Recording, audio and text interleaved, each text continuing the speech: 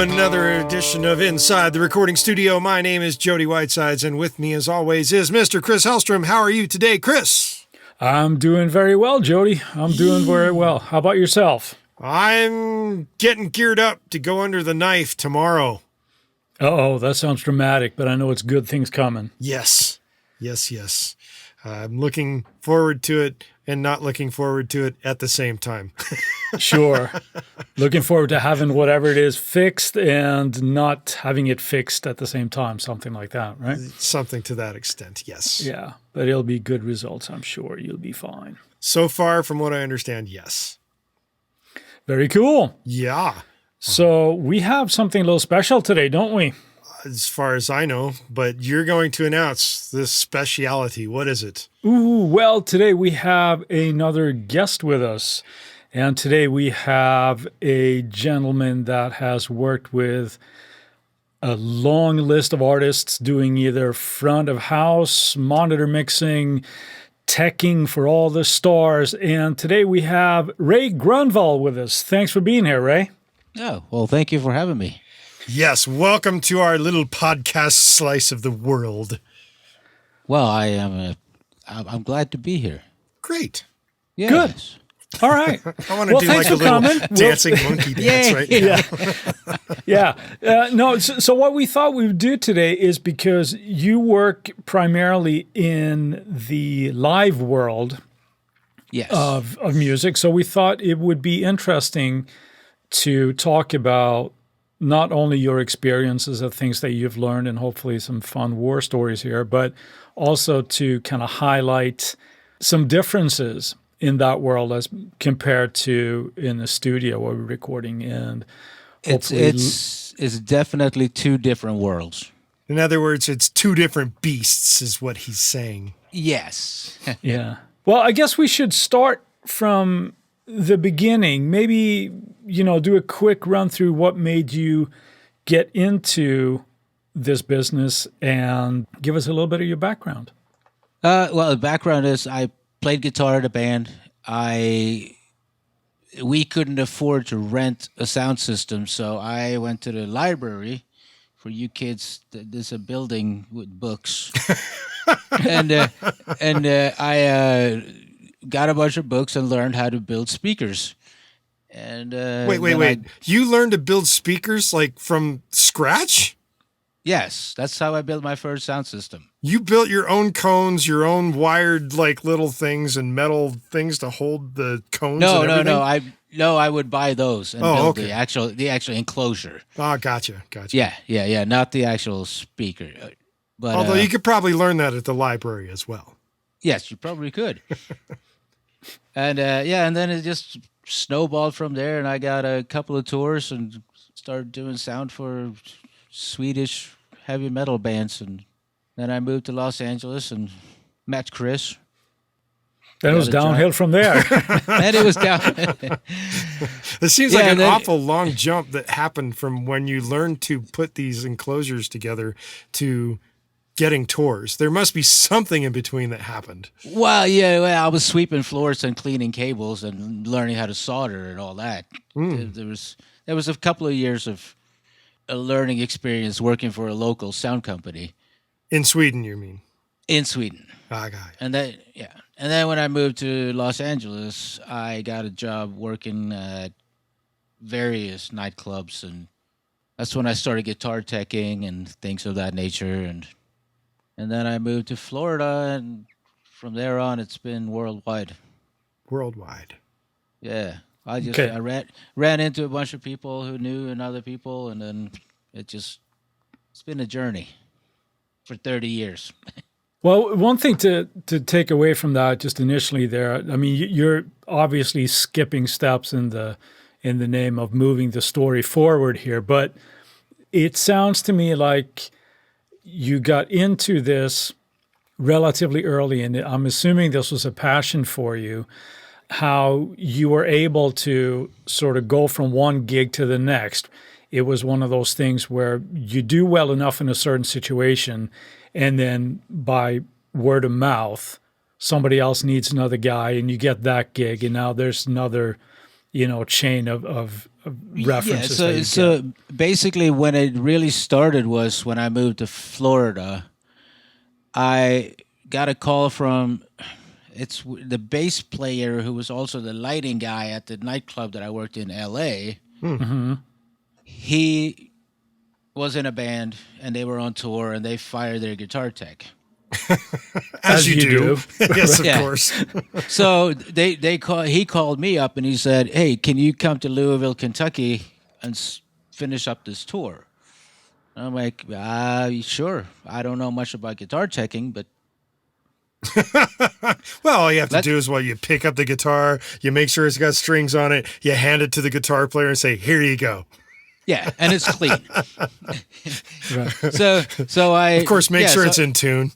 Yeah, and then so on that tour, the front of house guy that we had and the drum tech for the headliner happened to live in St. Pete, Florida, where I just moved to. So I didn't know anybody, and then we just started talking. It's like, "Oh, you live in St. Pete too?"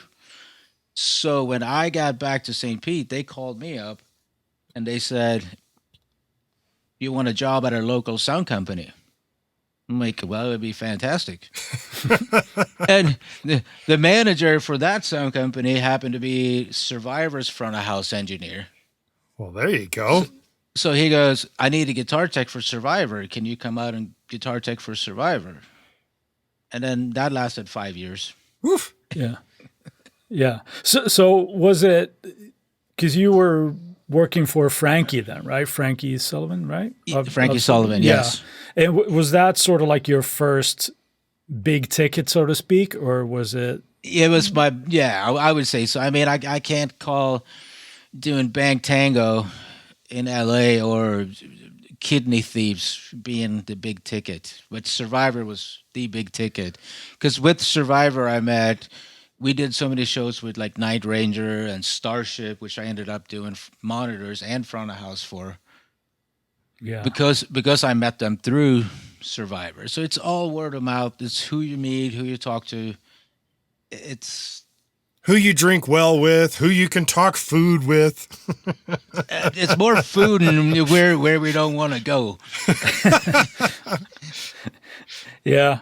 So okay, but then your sort of long list. I mean, I'm just going to throw off a couple of names here, and I'm leaving out a bunch, I'm sure. But he's got an interesting first name that he just kind of threw out. Bang Tango. I've actually heard of that band.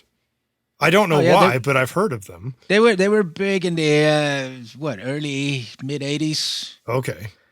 I can't remember their big hit anymore, but you know Danny Gill, the guitar player from Hurricane Alice. Heard of him, yes. He was one of the instructors at MI at GAT. Yeah. Oh, that's probably how I know Danny Gill, or at least I've heard of him because he probably came and did some sort of special. Come sign up and have a one-on-one with Danny Gill. You know what? I'd be willing to bet in my storage locker of stuff is Danny Gill handouts from Open Counseling with Danny Gill. I'm sure I have one of those. So that's probably how I met that guy. Right. Gotcha. But anyway, continue on. Yeah. So you digress. were, so word of mouth keeps happening. And this at some point leads to, I'm going to run off a list here, but you worked for Arch Enemy. You've been out with Opeth, Amon Amarth, Hammerfall. So is there any Swedish metal bands that you haven't worked with at this point? In Flames. Oh, In Flames, yeah. They're still on the list for you to work. Yeah, okay, yeah. Well, I've done shows with them. I've never worked for them. No, I'm sure there's another long laundry list of bands here that you've done one-offs with and festivals and things like that, of course. Yeah, but, I mean, I toured with Dark Tranquility, The Haunted, At the Gates, Sister Sin, and then a bunch of English bands like Venom, Cradle of Filth, and Thin Lizzy for a long time. You worked for Thin Lizzy? Yeah. I was Scott Gorham's guitar tech. Fun. Yeah. Yeah. No. No, So it is not you've been fun. around. You've been around for a little bit then, and you made a big leap there when you said, "Well, I started out as a guitar player, and then I started building speakers, type of thing." But I know you well enough, so I know that you were and still are. You're a fine guitar player.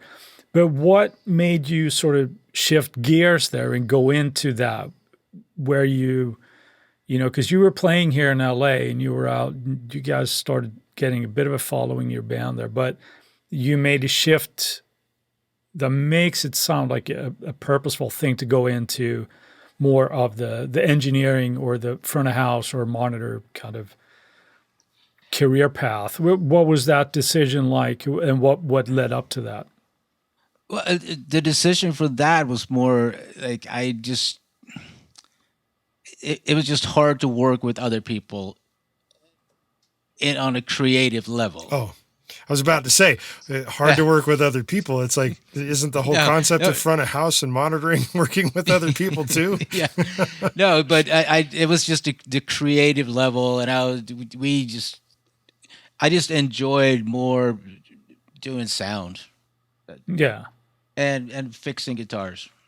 Right.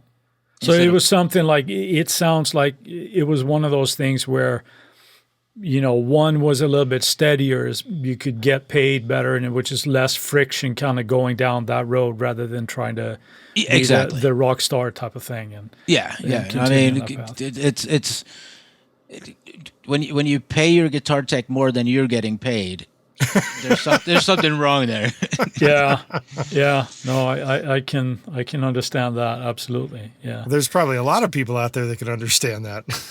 Yeah, right. I mean, I can tune my own guitar. It just looked cool to have a guy there, and I was like, wait a minute. But that's what Danny Gill, when he first asked me when I was taking guitar lessons from him, he was like, hey, can you come out and tune my guitars and help me out with my guitar rig? And I'm like, you can make money doing this? I'm like, he's like, I'll give you $50. And I'm like, I'm there. Per show or per week or per month? Per show. There you go. Well, of those of the three things that you have mentioned so far that you've been working for in the industry on a monetary long time basis, being front of house mixer, monitor mixer, and guitar tech, is there one of those three jobs that you prefer more than the others? I would say front of house. Front of house. Yeah. And the specific reason behind that would be? I can be creative, but not be part of the band. Like, they don't hear what I'm really doing. I can do my own delay cues, and I could be a little bit more. I could add on my own reverb to the drum kit. And with Hammerfall, they're like, we can still hear your. we can still hear Ray's, or what did they say? They said something like, Ray's delay from the lead vocal is still going in when the headliner is going on stage. Because I used to have like a massive 80s heavy metal delay on the lead vocal. But I could be creative that way. Sure. But if you mix monitors, especially if you mix in-ear monitors, it's all what the band wants. Like, you have no say in nothing. Sure. And the guitar tech, and obviously you're just you're the guy that takes care of that guy. Mm-hmm. And you do anything he wants you to do. Right. To a point. Sure. Go get me coffee. Yeah. Oh, I've seen it all. I saw our drum tech when I was out with Survivor. I'm like, where did Damon go? And he's out at the beer tent buying beer for the drummer because we couldn't have any beer backstage. But the drummer needed a beer, so he had to run out in the festival. This is a cornfield festival. He had to run out to the front gate, get a wristband to show that he's 21 to buy beer, and then run to the beer garden, buy a beer, and then run back up on stage. And it's like, it took him like 20 minutes. Wow. That's a long time to get a beer. Yeah, but that's what the drummer wanted, and it was like, that's what you do. I mean, So what you're saying is that Spinal Tap is real. Spinal Tap and Bad News. For all you kids who haven't seen Bad News, watch Bad News. That's a new one for me. What about Anvil? Oh, anvils! I've seen them many times. Of course, they still exist, but they had that movie about them. How they were kind of like the godfathers of modern metal. Yeah. Yeah. Okay, so front of house is your pick. That's where you're passionate, at least at the time of taping. I'm assuming this is a little bit of a fluid situation because the job at hand has to be very different depending on who you're working for.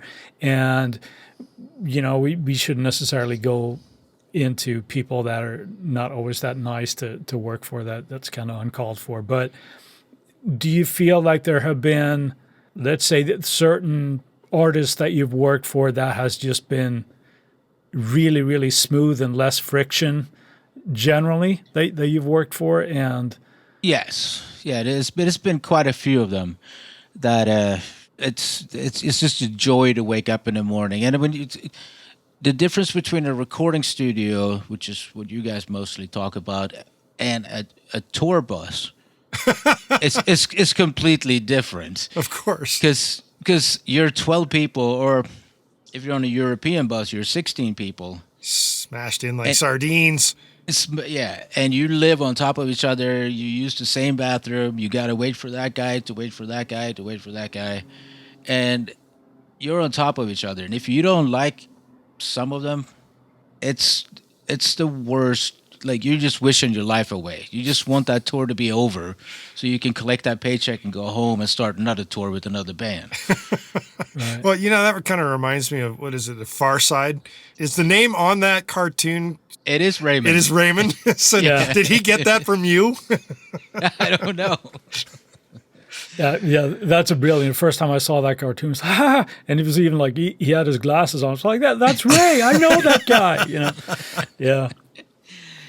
No, so I mean, like when you're on tour, it's so different from the recording studio, because the recording studio is more like it's a 9-to-5 job.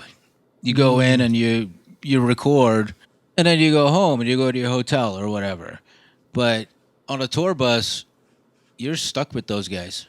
And if you had a bad day, that's going to stick with you until the next day. And then you wake up and you'd be like, I don't want to be with this guy. But you still got to work with them because you got 9 more weeks.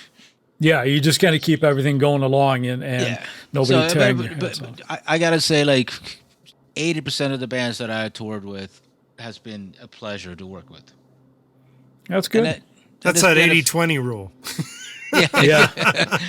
Well, I didn't know there was one, but okay, I'll take it. Yes. 80% of your business comes from 20% of the people or something of that nature. But I'm making a long stretch of saying 80-20 when you're saying 80% of the bands that you've worked with are good, 20% are bad. Yeah. I mean, it's, and then it's also what you make out of it. You're not going to get along with it'll be 12 people with the bus driver. Just don't piss off the bus driver, right? No, that's your number. There's 2 people for all you guys out there who want to go out on tour and do touring audio. 2 people you need to be friends with: the bus driver and the merch guy. Because it's one of these Swedish bands. They told me, I think it was Amon Amarth, the merch guy makes me money. You cost me money. Oh, that's a good point. Yeah. And the bus driver is the guy that when you wake up in the middle of the night and you need to go number 2, which you can't do on a bus, he's the one who can drive by every single gas station or rest stop and be like, "Oh, I'm sorry, I forgot." Man. Could you imagine pissing off the bus driver to the point of where you are like having to hold a shit? Yes. I've seen it happen. Oh, that's awful.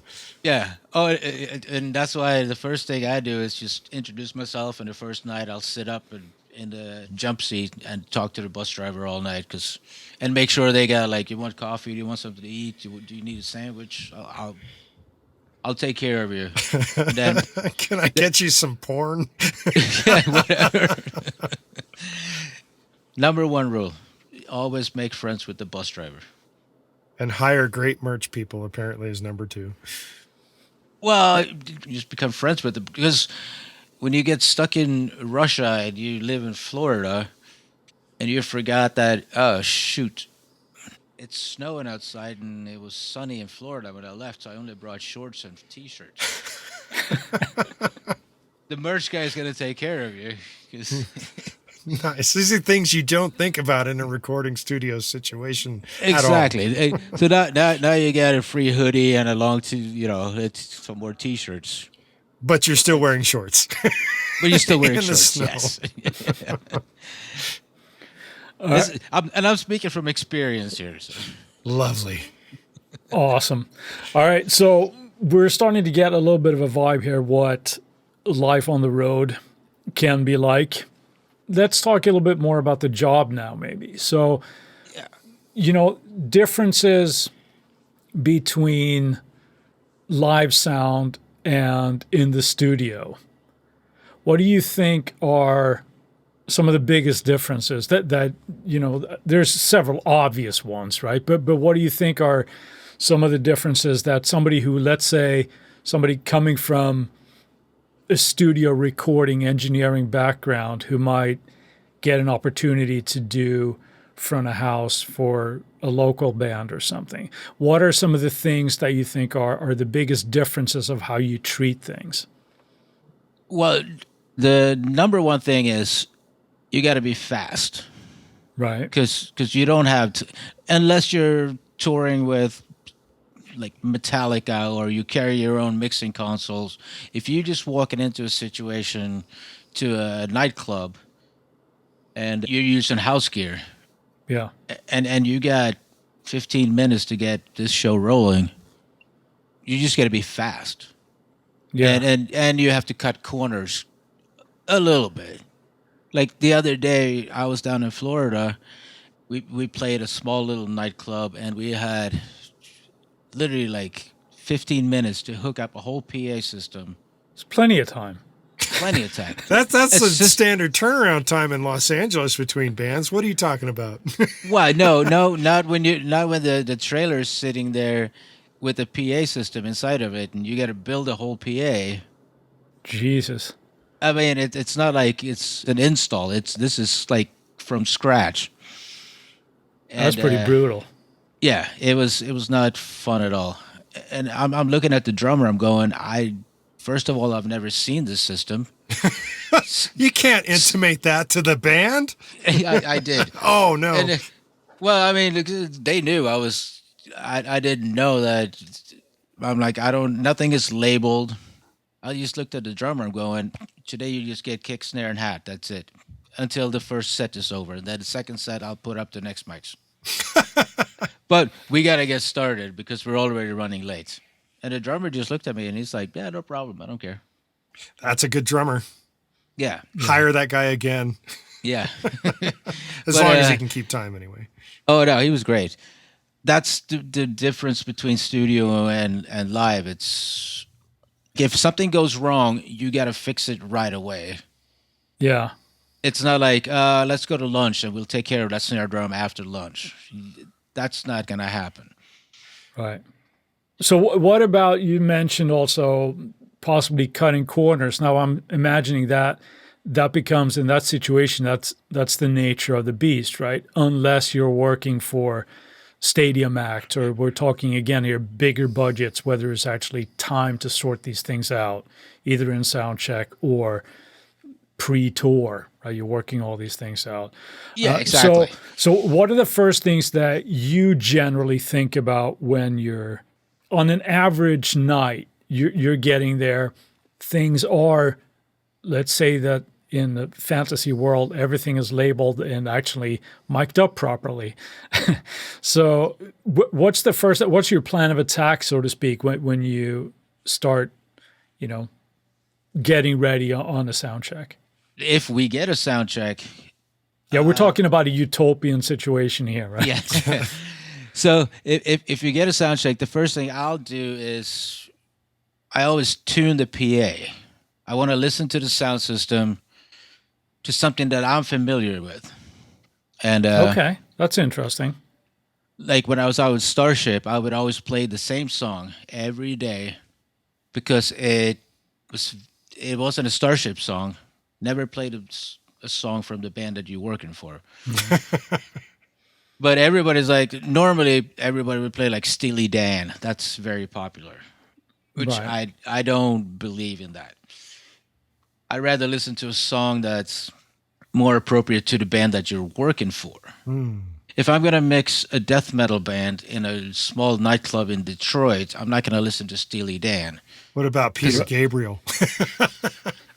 On distortion, maybe. Okay, so the reason you're doing that, it would be essentially the same mindset, just so that you know what the room sounds like, so you can act accordingly, because you're intimate with this song, and and you say, oh, there's a boominess going on in this room at Exactly 60 cycles or whatever, so I got to watch my low end, or there's a spike somewhere in 1.5K that is going to get out of control, or that kind of thing. So, okay, so you know what you're working with, what the hall sounds like. Yeah, and then this is a song that I've been listening to. I listen to it in my headphones on the airplane. I listen to it in my car. I listen to it in all different situations. So I know what it's supposed to sound like. Okay. And I'm very familiar with this song. It could be any song. It doesn't matter what it is.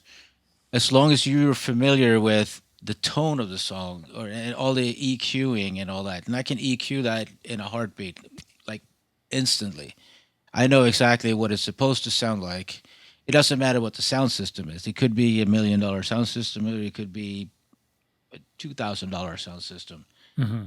I can make that band sound the way they're supposed to sound because I know that song, and I know if that song sounds good, I know my mix is going to sound good. Hopefully I have a digital console with the USB ports. I can just pop in the mix from last night. And then right. We just and go from there type of thing. Yeah. And then with Hammerfall, we did virtual sound checks. So I recorded the night before. Okay. And then I could plug that into the mixing console. The whole console turns into the whole band without the band even being there. Wow. Yeah, so I can mute and unmute every channel. I can EQ the whole thing. I can basically mix the whole band without the band being on stage. from the night before. Sounds like you need like holograms. You do a hologram tour. Well, with a front of house guy, and that's it. Well, here's the funny thing. I was up on stage miking up when we were out on the last tour, and all of a sudden I hear the show from last night blasting through the PA. Uh-oh. And here's Pontus sitting there mixing. And I'm like, oh snap. Well, if there was anybody else, he would have lost a finger. But I can't do that to Pontus because he knows what he's doing. Of course. And he probably was making his bacon-flavored tomato pasta sauce at the same time, right? Exactly. Yeah, and a Frappuccino. And you will love it. All right. So, I mean, that type of technology, I mean, it's amazing. And where you're hinting at that is in a live situation, essentially the same use as you might do in a recording situation where you use a reference mix as you're mixing. You know what that's supposed to sound like. So if you get it to sound in the ballpark there, your job is, halfway done, right? Exactly. Yeah. Okay. All right. Yeah. So, and with that, we're going to take a quick word from our sponsors. And we're back. What are we talking about next with Ray here, Chris? Well, one thing I would like to ask is we talked about a very similar use of essentially using like a reference mix to get the sound of the room, in this case, to help you with dialing in the band. Now, what about processing on things? Because I remember watching you one night when you were out with a certain band, and I was, well, let's not use the word shocked, but I was taking notice to your very judicious use of EQ on things like toms and on the drums. And I also noticed that you hardly were using, if any at all, any compression on drums and things. How is that different for you in your experience of live or as opposed to in the studio? I try not to use, especially on drums, I'm very hard on my EQ on drums. Mm-hmm. But only on certain things, like my kick drum and my toms. Because especially doing heavy metal, you want that attack. Right. You don't want the boom. You just want that 4K, just smacking you in the face. And that's just for so that it would poke out when, there's a full house, hopefully, and the band is playing at 100 decibels, right? So Yeah. right. Okay. But I hardly use any. I use compression on the snare drum. That's about it. Yeah. And then maybe every once in a while, with Starship, I put the drums into what we call a VCA, which is basically a subgroup. Yeah. I would put a compression on that. Okay. That's about it. I mean, I just don't like compression. I like it to breathe. Right. And I learned that from mixing. I learned that from mixing in-ear monitors, because if you put too much compression on it, it just sounds boring. But if you let it breathe, and the drum kit breathes, and you can hear the overheads, and the overheads are picking up the guitar amp, the in-ears sound so much better to me. Yeah. Okay. So what about similarities, though, when it comes to that? What are some of the things that you still might do? Well, gates, obviously. Okay. I use a lot of hard gating. Okay. Maybe harder than you would do in a studio. Okay. Well, who uses gates in a studio? Man, you go with strip silence. What are you talking about? I'm just kidding. I don't know. I haven't been in a studio in a minute. Okay. Well, that's fair enough. But the bottom line here basically is that they're two relatively different animals, right? But because they use the same tools, because one thing I've noticed in recording studio and now with consoles, there are consoles that will run plugins, or you can hook them up to a laptop and run it essentially almost like a DAW, but it's just a mixing interface where you run plugins and you can run whatever plugin suite you're happy to run with. Yeah, that's all it is. It's like what is it called? The profile, the Avid profile. They were the first ones to use like outside, like the iLock, like you guys were talking about. Sure. Yeah, you can put the iLock in, and you can get any Waves program right into that console. But what I've noticed is, especially a lot of young engineers, they overdo it. They're like, I have to have this, I gotta have this, I can't mix a show without my iLock, and I need this kind of compressor, and I gotta have this and this and this. And in other words, they're not fast and they can't think on the fly with their ears, is what you're trying to say. Yeah. They're relying too much on the gear. Yeah. They have to have this, and if I don't have this, I can't mix. And that's in the live sound area is you just gotta. I walked into a show with Starship, and they had I want to say like early 80s Soundcraft Spirit mixing console with outboard gear that was older than me. and if you know anything about Ray, he's a dinosaur, or at least he walks like one. I just walked in, and it was a throw and go. Like, we walked in just to not even a sound check. We just played the show, and I just had to figure it out. Yeah. But I know a lot of young engineers, they're like, oh no, I couldn't do that. I need my profile, and or a Digico or whatever mixing console they need.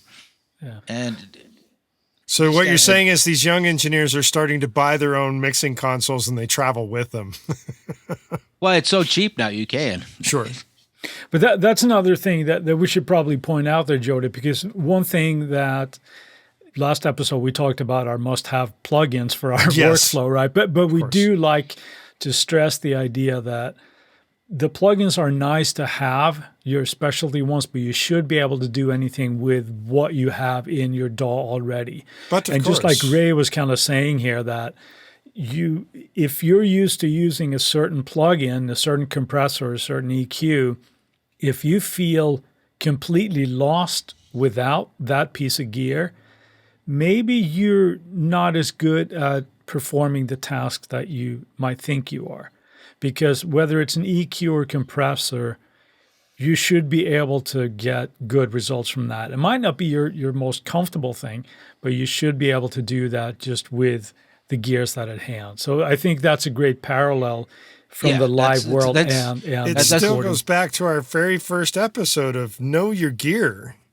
No matter what that gear is, get some semblance of how to use it and then be able to think on the fly using it. Exactly.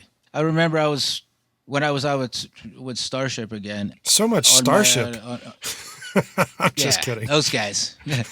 They had on our guitar amp. We had 2 mics on the guitars. And that's a luxury, isn't it, for live?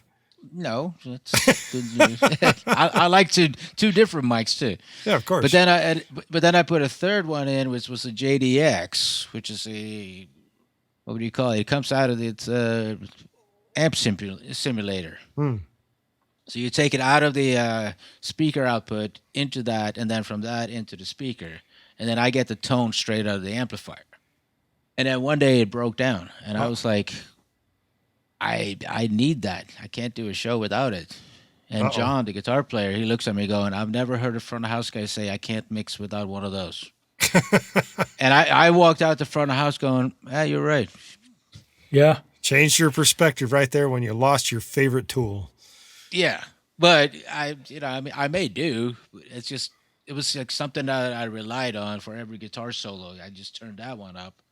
Because it wasn't a microphone that picked up stage noise. It was just a direct signal. But so I guess you consider that a lesson from an artist that says, "Hey, this is how you work live, damn it." Pretty much. Yeah. So it's just you got to adapt to the situation. I mean, I've done so many, and Chris, you know this. I've done so many shows with the crappiest gear in the world. You just roll with it. You just have to, right? Yeah. In your world, I mean, I've met you a few times when you've been on tour, and sometimes you have really smooth days, and sometimes everything that can go wrong goes wrong, right? But you just have to live with it. So, have you ever told a band, "I'm sorry, but the monitors will not work for you during this gig"? And then do they freak out, or do they just press on and go anyway? That's only happened once or twice, maybe. And the result is? They just pressed on and played because they were professionals. Of course. But of course. Yeah, but I remember one time in L.A., and Chris, you were standing right next to me, when the band came off stage and they started screaming at me when I was mixing monitors. I don't know if you remember that day. I do remember that day. I don't want to mention the band, but I thought that was handled pretty poorly. Yeah. And and there's one thing on a similar note from that, and this is something that I guess can be a lesson in if you're the artist in a recording studio. And I remember your answer to this, Ray, because I thought that was absolutely brilliant, because there was an artist that came up and commented on the monitors and said, "It sounds like shit." And I said, "Well, what do you do with that?" You answered, "I don't know what to do because I don't know what that means. If you tell me there's too much bass or there's a rumble or it's cutting out, now there's a problem for you to solve, right? As opposed to, oh, this sounds like shit. Okay. What do you want me to do with that? I don't know what you're talking about." That's an interesting lesson in terms of monitor mixing and things of like that, from an artist standpoint to the engineer and vice versa, is wanting to make sure that you're getting the artist the sound they want. But if they tell you shit, it doesn't help. It's not a helpful situation. So. No. And, I've had one artist come up to me and says, like, it sounds really brown. Is that Obviously. like a metaphor for shit? I don't know. I couldn't tell you. Was that Van Halen? Because he was known for brown sound. Yes. Brown M&Ms. Right. I don't know. I've heard so many different. Was it too purple? I don't know. But I remember Mark, the monitor guy from Motorhead. He was standing. I was standing next to him, and Lemmy goes, "Hey, Mark, come out here and listen to this." And he's like, "No, I ain't going out there." It's too loud. He's like, "Come out here and listen to this." And he walks out and he goes, "Can you hear that noise coming out of my speaker?" And Mark goes, "No." And he's like, "Neither can I, so turn the thing up." Oh! Lemmy says, "Give me some more aces." Yeah, so it was... Nice. But it's things like that. You gotta, like... And for anybody who wants to go out and mix monitors for any band, you got to have thick skin. It's Yeah. I was doing what's her name, Amanda Palmer from Dresden Dolls, and she did a 3-hour show with just her and the piano. And 2 the channels. vocoder, right? No, there was no vocoder. Oh, wow. No, it was just her and a stereo keyboard and her, so 3 channels. And it was a 3-hour show. And 2 hours and 58 minutes into the show, she looks at me and she goes, "Can I get a little bit more keyboard?" I'm like, really? Like, you're at the end of you got one more song and then you're done. That's "Yeah." awesome. Well, like- was she I'm like, polite about it? Oh yeah, she was really nice about it, of course. But it was just the funniest thing ever. She's like, she's been playing for almost 3 hours, and she's like, just a little bit more. Maybe that one song just called for more piano instead of cowbell. Maybe, I don't know. I'm not familiar with her material that much. So, speaking of all this, do you think that a good front of house mixing engineer could also work in the recording environment and be just as at home, or is it two totally separate beasts where it's not really a reality? There's not you can't. No? No, I've tried, and when I was out with Survivor, we were in the studio in LA, and I just watched that. Not recording engineer, but the engineer, the mixing engineer, and I'm like, I have no idea how you do this.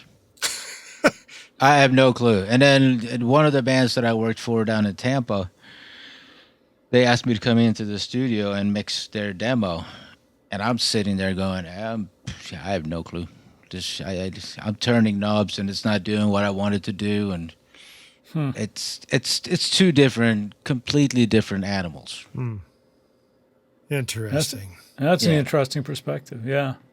I mean, Okay. because in live sound, it happens, and if you missed it, you missed it. It's not coming back again. You can't like rewind the tape and be like, let's try that again. You can't press the talk back button to the band in their monitors and go, "Can you just play that back real quick again?" Yeah. I mean, unless you're Milli Vanilli, I guess. I don't know. Oh, did I say that out loud? Apparently. All right. One of the things that we've kind of done here, we have 3 questions that we like to ask everybody. Get ready for some rapid fire questions here, Ray. Rapid fire. Well, there's only 3 of them, so we ask, you answer, we ask, you answer, we ask, you answer. So what's your favorite piece of gear that you can't live without? You've already established that you can live without just about anything, but what's the favorite piece of gear that makes your world tick?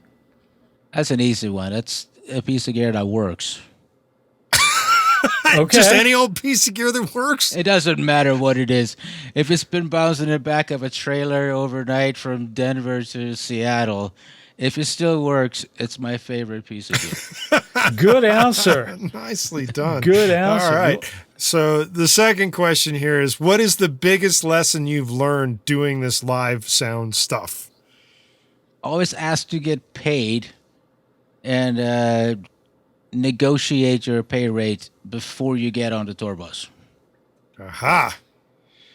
Yeah. Money. Also, sage advice. Right? Before you get on yeah, I mean, I've seen so many times it's like, "Hey, I'll take the tour." Then you'd be like, "Oh, we got to pay you $500." I'm like, no, that's not gonna work. Yeah. Yeah. Don't be afraid to ask for your compensation, right? And that's things that you and I have talked about, Jody, like up front, right before you get in. Don't be afraid to ask about it. You're providing a service, so you got to make sure you're compensated accordingly. But of course. Right. And always ask for your own hotel room.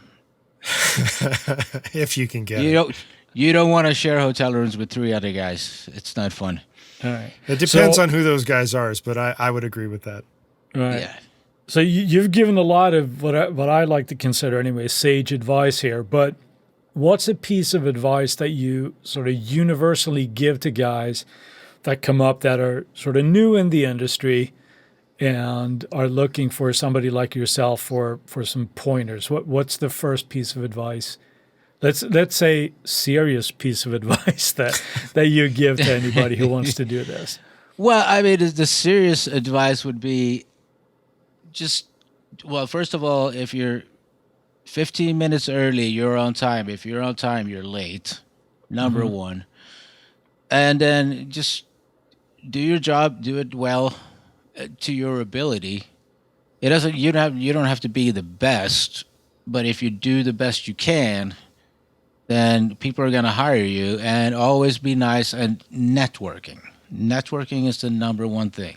When you're on a tour with a bunch of other bands, always talk to everybody else. Help the other bands as much as you can, because they're going to ask you to come back and be like, hey, can you come work for us? We remember you. I got a good friend of mine, Armando. He was out with Faints of Jana when I was out with Rat and Poison. And now he's one of the biggest guitar techs in the world because he was the nicest guy in the world. He didn't know anything. He owned a tuner and I think he had a screwdriver, but that was about it. As long as it was Phillips, that'll work for any guitar, right? Yeah. And now he's like, he worked with Anthrax and Ace Frehley and Megadeth, and That's great. He was just be nice, be on time, don't be afraid to ask questions. There's always going to be someone out there, especially on a bigger tour, that will help you, like me. Like I helped him, and Tom Weber, who's a good friend of mine, who's Poison's guitar tech, and we took Armando under our wings, and we were like, dude, anything you need, we'll help you. So how long ago was that? 2007. Oh, so it was a while ago. Yeah. All right, Ray. Thanks. Well, I think that's really, really good advice, and you're a testament to being a good guy because you've been around in the business for a long time, and you're a hell of a guy for wanting to do this podcast with us. So thank you so much for doing it. Really, really appreciate it, Jody. Or Jody. Ray, we really appreciate it, Ray. You're welcome. I guess I'm now no longer part of this podcast. It's been nice knowing you, Jody. See, this is what happens. I just took over. Well done you. Right. All right, well, thank you, guys. I appreciate it very much, and I had a lot of fun. Good. Sure. And with that, Chris and I will delve into our Friday finds. And Chris, you kick this off. What do you got for us this week? I will kick us off. The last little bit here, I mentioned in the last episode as well, I've been doing a fresh install on a new system. Yes. And one of the plugins that migrated with me, that got reinstalled again, was Spitfire Labs. And it's one of those plugins that it's like, wow, I don't use this as much as I should because there's some really, really cool stuff in there. So my Friday find has to be Spitfire Labs. What about you, Jody? What do you got? I'm going to go with something that routes audio within the computer. And generally speaking, sometimes when you're doing things where you're screenshotting and recording what you're doing and then trying to record the audio at the same time, it can be a major pain in the ass. And certain apps are maybe a little too expensive for certain people. So in the modern era of the Mac operating system, there was a application known as Soundflower that would allow you to aggregate devices and route sound from any one app to any other app in the system. But with Catalina, that disappeared. And most people were left wondering, what do I do now? Well, the answer to that is Black Hole, which sounds ominous, but it does the same thing that Soundflower did. And so you go with Black Hole. So that's my Friday find of this week.